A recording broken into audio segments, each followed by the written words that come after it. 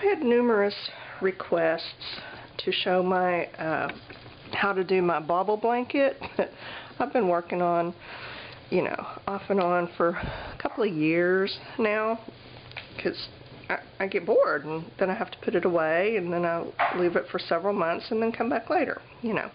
This, I will show you, I'll give you a link in the video description to the pattern that I started with, which is just a lovely, I think it was a baby blanket or something with these little baubles. And it was confusing for me because the baubles are offset, you know, they're not one on top of the other, and that just messed me up. I like all my rows to be the same so that I don't have to think about which row I'm on, and when you offset like that, you know, you have to, they're different. So I changed it up a little bit, and I did the baubles wrong, but it's a way that I like better, which makes it weird. Anyway, let me show you. Okay, you're going to need a lot of yarn. I use cotton yarn almost exclusively in everything I crochet. I like cotton yarn. And this started out as a way to use up scraps of cotton yarn, but of course after a while my scraps were gone. So I just pick up those little balls of cotton yarn at Walmart. They're like a little over $1. And then I make a ball. I just pull some off of each one. I don't measure. I just pull it and wrap it. And when I get tired of that one, I go to the next one. And then I ended up with, let me show you what the balls look like. I store my balls in my ball sack. Where else would you put your balls? They just belong in a ball sack. It just is very obvious to me. And this is what they look like. I have large balls. And it's just all different kinds of cotton yarn, scraps and new, just inexpensive, regular yarn. And the hook that I'm using is, I think it's an H. Let me see. Oh, a J. It's a size J. So I don't know how much you're going to need. You're just going to need a lot of cotton yarn. You start off with a chain and make it as long as you want your blanket to be, or a little bit longer. This one had, I don't know, I don't remember. I'm thinking maybe between 150 and 200 chains is what I started with. And then from there, you turn to come back and you do your row of bobbles. I will try to write all this out in pattern form and put it in the video description, so you can at least get some idea. If you don't know how to crochet, this is not the place to start. This is going to be very confusing for you. This assumes that you have some crochet knowledge to begin with, put it that way. So all I do is come across the top, and see, I've got this, there's a row of single crochets between each bobble row. So I'm just bobbling into these single crochets. I bobble in one, and then I do a single crochet in the next. Bobble, single, bobble, single. So there's a single crochet between each bobble. And to do the bobbles, I'll show you how I do them wrong. It's not really wrong, I just put an extra stitch. Okay, can you hear in the background? That's Jason chopping potatoes. We're putting a roast in the crock pot. I love that he's in there cooking while I'm filming. We're jobless again. Did I mention that? I don't think I've mentioned that on YouTube. He got laid off last month. You know, oil and gas, it happens. It was 2 years and 5 days from the time that he got laid off before. It was almost exactly 2 years. We did not see this one coming. He got no severance package, no warning, nothing. So yeah, that's our current nightmare. And we're dealing with it by binge watching TV shows. So if you have some kind of a TV series that you enjoy watching, one that, you know, we can go back and start from the beginning, yeah, give us some ideas, because that's how we're coping with our current state of unemployment, you know, other than the constant job searching and all that. So, yeah.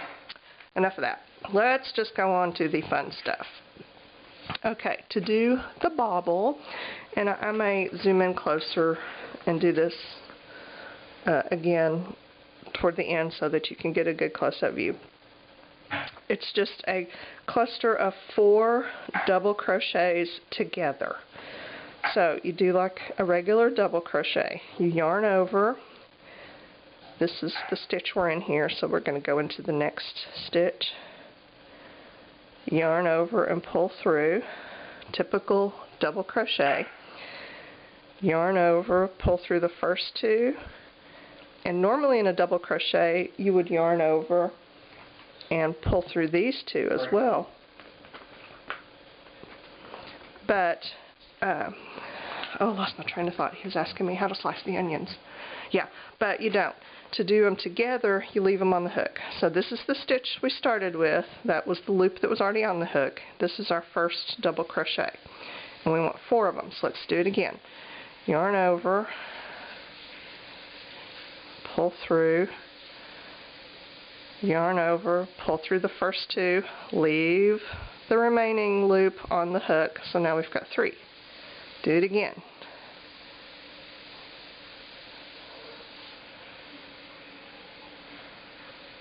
So we've got 1, 2, 3 double crochets, 4 loops on the hook. Because remember, that's the loop we started with, was already there. So 1 more double crochet just through those first 2. Now we've got 5 loops on the hook. And that's what you want there. That's 4 double crochets plus the loops that you started with. So now, to complete the bobble, you yarn over and you pull through all 5 loops, just like that. Normally, from here, you would go into the next stitch, do your double crochet to secure your bobble, right? Okay, I've been putting an extra one in there because this kind of makes a loose bobble, and I like my little bobbles tight. So what I do is, after I've pulled through all the 5 loops, I just secure it with a little chain right there at the top. So I've got a little chain there. Then I go into the next stitch and do a single. Just like that. So let me zoom in and get you, one of those weird, freaky, really close-up views like the crochet people do. Now, all up in your face. Here's our row of singles, or your chain that you start with, either way. Now, you just go in the very next stitch. You yarn over because we're doing doubles. Go in this very next stitch, pull through.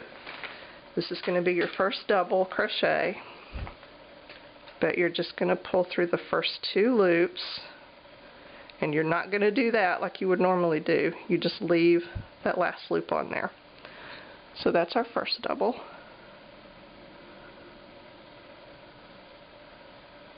Our second double.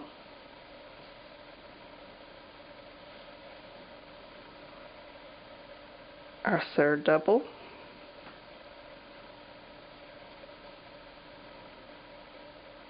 Our fourth double.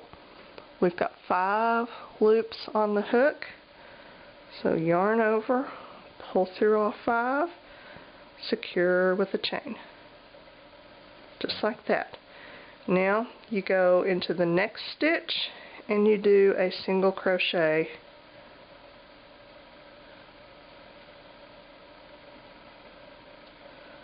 to secure it. And did you see how I just kind of folded the bobble over? Let me do it again. Most bobble stitches, you're supposed to work from the wrong side. So, they would be like this, and this would be the right side. That really confused me. That's one change I made on this original pattern. I was just too confused to do that wrong side thing, because then when you turn, you're back on the right side, and it was confusing. It was confusing. So I just eliminated that completely, and when I go to put the single crochet in the stitch next to the bobble, I just kind of poke my bobble in the direction I want it to be and then secure it with that single, and then it does just fine. See, it bobbles on the right side. So easy breezy. Let's do it again.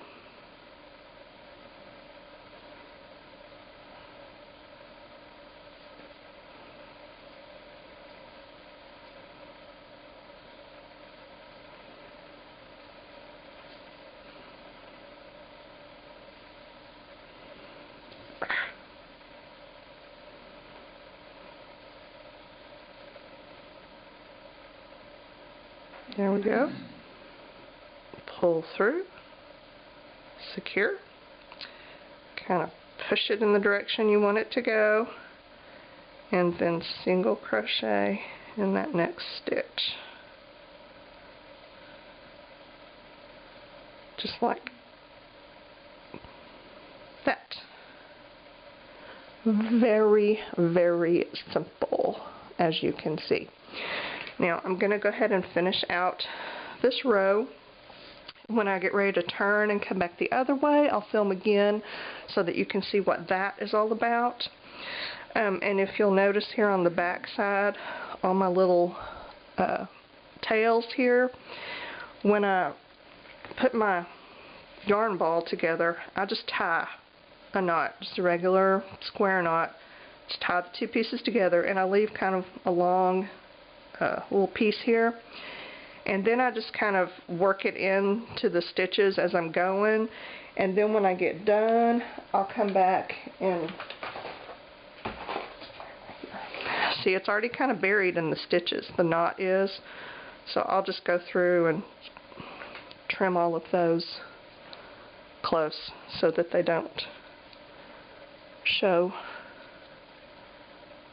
because there is just no way I'm going to be weaving all these little ends in. Not going to do it. Don't have the patience. So let me get to this. There's not far to go before I get to this little section, and then I'll show you how I deal with these little knot things. So give me a sec. Okay, here I am at the knot, and I've just finished this bobble. So I just washed my hands, they're wet. Okay, so I'm going to do the single crochet in the next stitch, right? Wait, did I? Yeah. Like that. Then I'm just going to kind of hold those little tails down while I start my next bobble, and I'm going to bobble over them, just like that. So see, that knot is buried in the stitches, and then part of the tails are too. And then when I get in the mood, I just go through and snip off the little excess.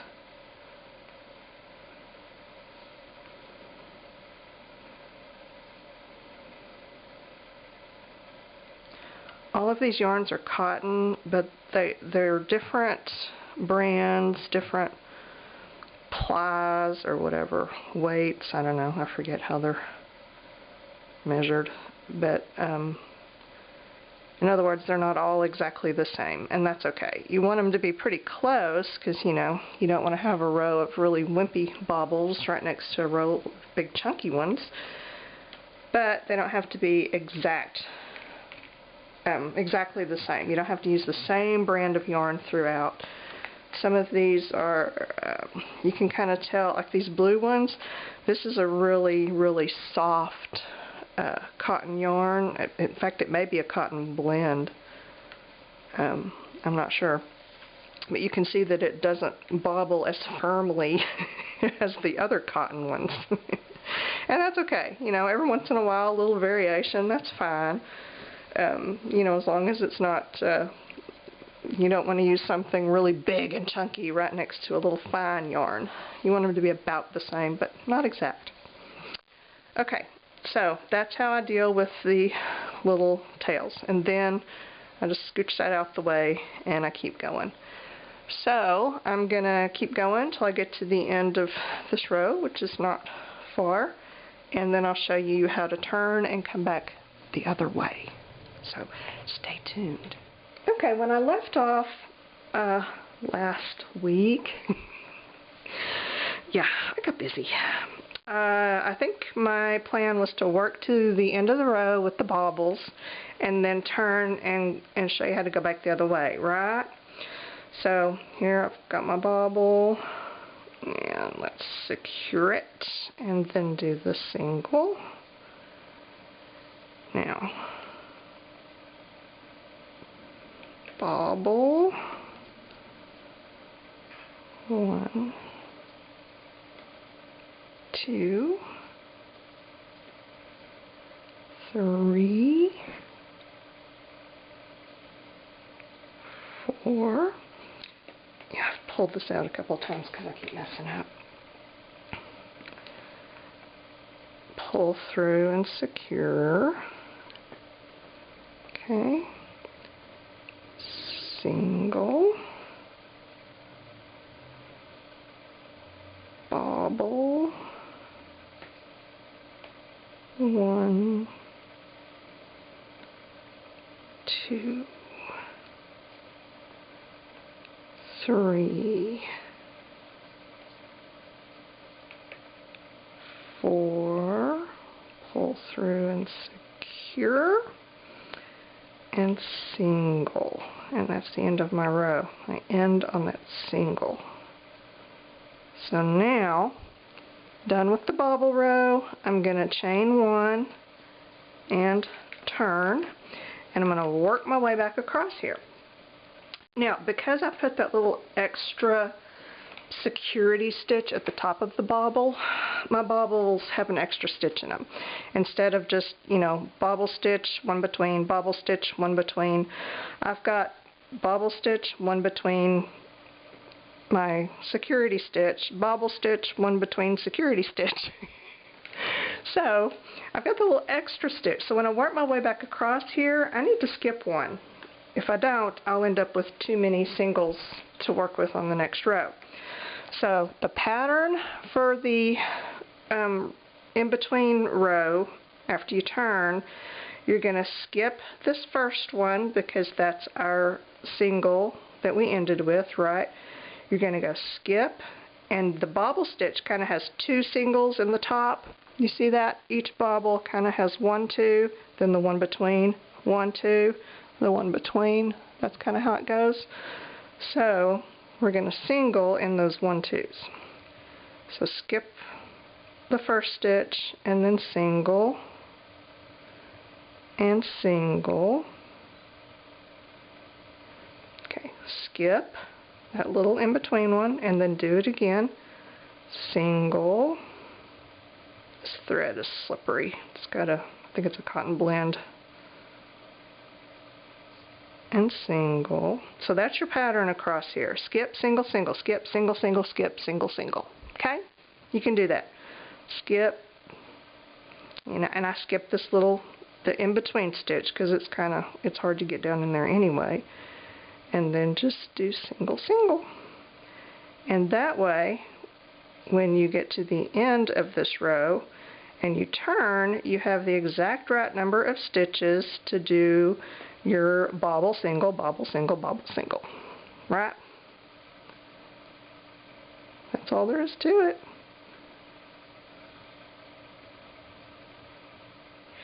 You go all the way across, making your singles, just like that. And then when you get to the end of that row, you chain 1, you turn, and then you just start bobbling and singling all the way across and just make them right on top of each other. So that is all there is to it.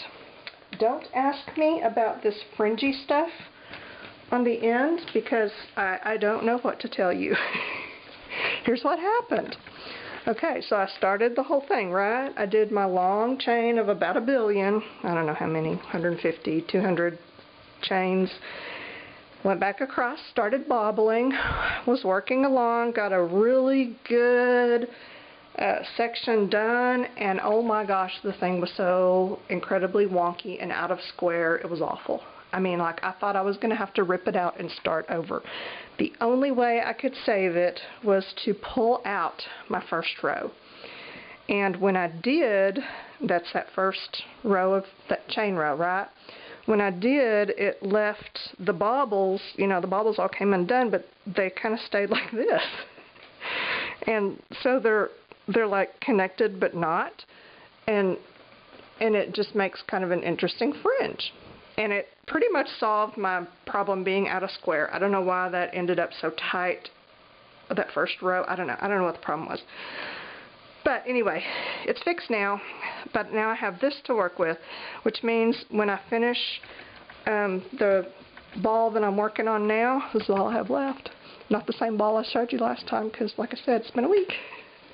But anyway, when I finish this one, then I'm going to have to either figure out how to duplicate this effect for the other side, or I'm going to have to cover this up. I don't know. I can't really cut this off because it's going to unravel. Coming from this direction, it won't unravel the whole blanket, but if I remove this, the next row is going to look just like it. Or maybe not, because the next row is the singles. I wonder if I should try. No. Because I took off the singles. This is the bobble. Yeah, the next row is singles. I might try that and see what happens. I don't know. I haven't decided what to do. But anyway, that's what that is. And, okay. How big is this? I don't know. It's 99 this way. And did I tell you how many was across this way in the last segment? I'm not sure. Let me recount because I've worked a little bit on it. 66 rows. And I imagine by the time I get through, I will have maybe 68 rows. I don't know. I don't know how far this ball will go, but we'll see. And it is plenty wide. I don't know the measurements, but Taylor, her little body is about this wide anyway, and I had her, you know, kind of wrap up in this. It's not meant to be like a bed blanket. It's more of a throw or a lap blanket or a couch blanket, that kind of thing. But yeah, she could basically just roll herself up like a burrito in it because she's so small. So it's plenty wide. I told her that was good because I'm tired of working on it. I'm ready to call it done. And it's great. It's, you know, it's not difficult. You can go to the link I provided and use the real pattern if you want to, or try this. But what I really like about this, the cotton yarn is, you know, it's soft, of course. It's not scratchy at all. And the best part about this is a functional blanket. So many crocheted blankets have so much open space in them that they really serve no purpose other than decorative for me. Because when I grab a blanket to use, I don't want air holes. I'm cold. I want it to keep me warm. So this pattern will do that because it's dense. Yeah, it takes a lot of yarn, but you know, you just buy those cheap ones, those dollar balls at Walmart, and you'll be good to go. So that is it for this bobble demonstration. I will maybe see if I can talk Taylor into rolling herself up in the blanket once I get it all finished, and let me take a picture or something so you can see. And I'll also later try to get a picture of it all spread out so you can get a better idea of what it looks like. And I think, yeah, that's all I got. The end.